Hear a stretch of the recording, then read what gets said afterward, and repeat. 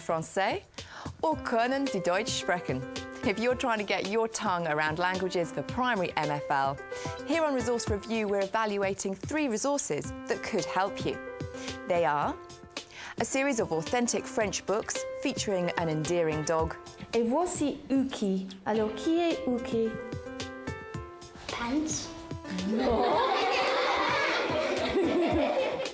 A CD and songbook for learning German. Kannst du es sehen, wo ist es denn, Leon, das Chamäleon? Weißt du denn? And a Spanish book featuring animals and opposites. Will our panel think that these are muy bien? We'll find out here in a moment on Resource Review.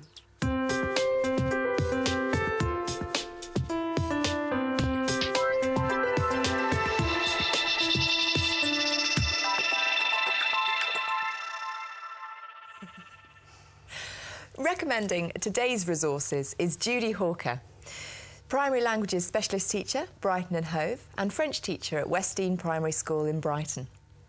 On the panel today we have Nicola Cottier, Head Teacher of St Matthew's Church of England Primary School in central London, and also Adam Cook, Advisor for MFL at Norfolk County Council. Well, thank you all very much for coming. Great to have you on the show. Judy, let's begin with these rather lovely looking books here. Introduce this resource to us and tell us why you like it. This is a set of 4 books about a little dog called Uki. What I particularly like about this series of books is the fact that Uki is an extremely entertaining little dog, and you can use it in a whole class context quite easily if you have children sat around on a carpet. It also lends itself to the development of a theme very much with the character, and great fun for the children guessing what's coming on the next page. You can do this book over and over and over again with them and they will love it. Now this is authentically French, isn't it? So often books are translations. Yes. This is what makes it extra special, I think. Well, thank you very much. Before we find out what the panel think, we went along to Wimbledon Chase First School in London, where teacher Anne Moran introduced Uki to her Year 2s. Voici un livre. Alors, répétez, un livre. Today I was using Le Striptease de Uki with a Year 2 class. The Uki series covers colours, days of the week, seasons of the year, and this one was clothing, and in fact a striptease. I chose that one because I think within that there was language I knew my class were going to be familiar with, and also I wanted to introduce clothing to them, so it's a very fun way of introducing clothing by having somebody taking theirs off, and they enjoyed that a lot. Et voici Uki. Alors, qui est Uki? Pants. Firstly, I showed the children the book. We then practiced our numbers 1 to 10. We counted up to 10 and then back down again. And then once they were feeling quite familiar with that, we then had a look at what Uki was doing on each page. And then we would double back and we'd try and remember what he'd been taking off for each number. Numéro 1, j'enlève mon chapeau. Numéro 2, j'enlève mon... Excellent, très bien fait, mon manteau. I think the pupils really enjoyed looking at the book. I think they enjoyed the humour, particularly as Uki ends up naked at the end. And I think they were all looking forward to getting to number 10 to see what was going to happen to Uki. C'est numéro 10. J'enlève mon slip. For me, they've managed to do something fairly complicated. They've taken away new vocabulary and a whole new sentence, and they've used it and manipulated it really well. I think the fact that the book isn't a square book is quite nice for them. It's quite intriguing, and the colours are very bright and vivid. I would invest in it for my school, definitely. I think there's a great deal of scope. I've used the colour book with much younger children, and I do like them. My only thing would be I would request that they come with a doll, so that particularly for the younger children, you can have that kind of puppet element as well, and sort of the children can manipulate the language sort of physically as well as orally.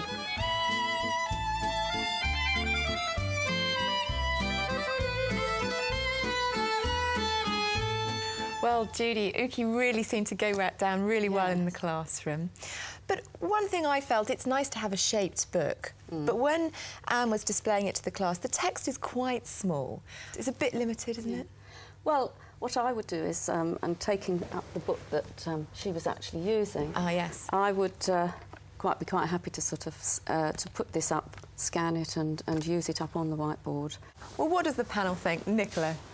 I think with little children, I'm talking even with foundation stage, it would be a great resource to have so that just as they're learning their colours in English, they've got that as a resource. It's very clear, it's very bold.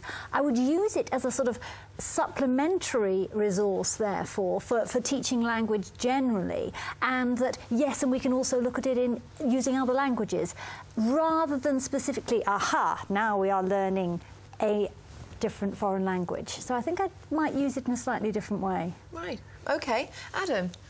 I mean, I agree with all the positive points made so far. I have a slight reservation in the sense that, as Judy said, you might have to scan the pictures in, you might have to make a little doll or something like that, and people just don't have the time to do that. And this is an issue, actually, with books that have come from France or have come from Germany, have come from Spain, native books, you could say, that you then have to probably develop the resource a bit.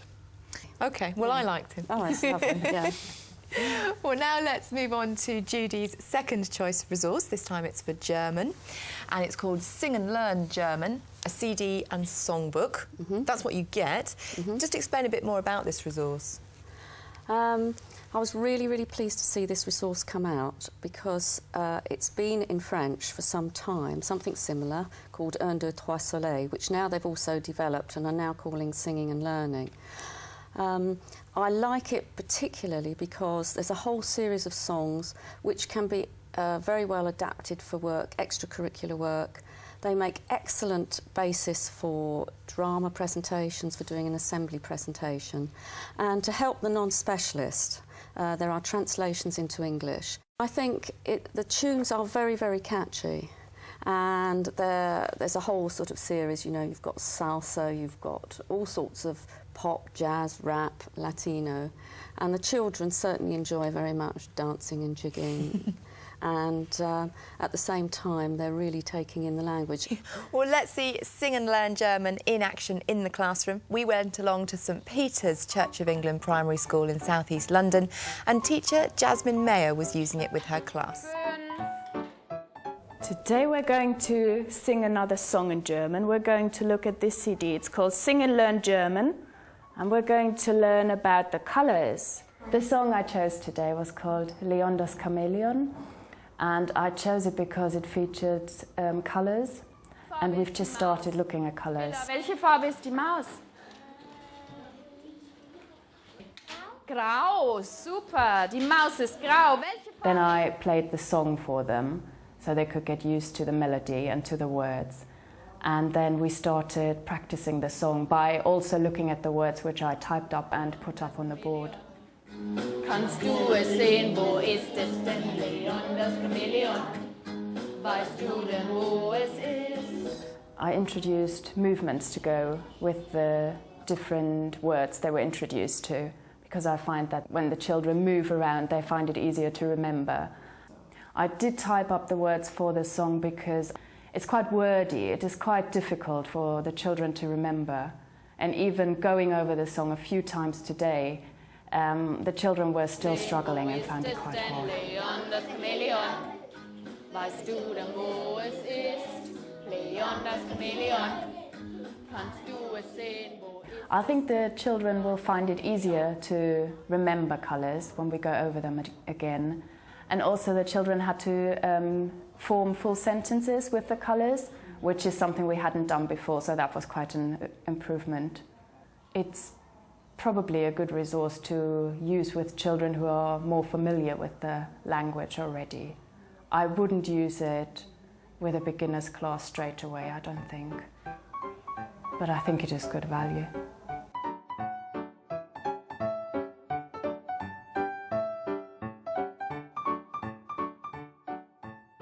Well, Judy, Jasmine, the teacher, had to put quite a lot of work in herself to really get the most out of this resource, making up her own actions, typing up the lyrics for the whiteboard. Does that really imply that this is a limited resource? I think perhaps if you put it like that, when you've just got it within this book and the CD and you've got flashcards, that yes, you can say that you need to do quite a lot to develop it yourself. But I think the development, the rewards of that, and you might do an assembly at the end of it or some sort of display which reflects what you've been learning. I think the work in sort of exploiting the song, words, etc. would be well worth it. Once you've done it once, you've got it forevermore. True, true. Adam, what do you think? I mean, is this something that the non-specialist teacher has a hope of really getting the most out of? Being optimistic, yes. I think the point with teaching song or using song is it's something that you build up over time. You know, when we listen to a piece of pop music for the first time, we don't know the words, so it's the beat that maybe engages us. And I think with songs, with these smaller children, in fact, with any of us, it's about hearing it over time, it's adding new bits into it over time, gradually, doing it regularly, and then the kids become familiar with it and they want to sing it. So I think you can, but again, I think, you know, it might take a bit of working with non-specialist teachers, seeing how they can really milk the resource for what it's worth, you know, for what it can offer. I think being realistic, as opposed to optimistic, Being realistic. for a teacher who was not a German specialist, the flashcards, great. The song, great, fun. But as far as developing it, I really think that's a bit of a bridge too far. So in that sense, I would be a little more hesitant about recommending it. Well, moving swiftly on, Judy's third choice of resource is a book for Spanish. It's called Animales y Contrarios, and it's right here at the front of the table. Judy, talk us through this book.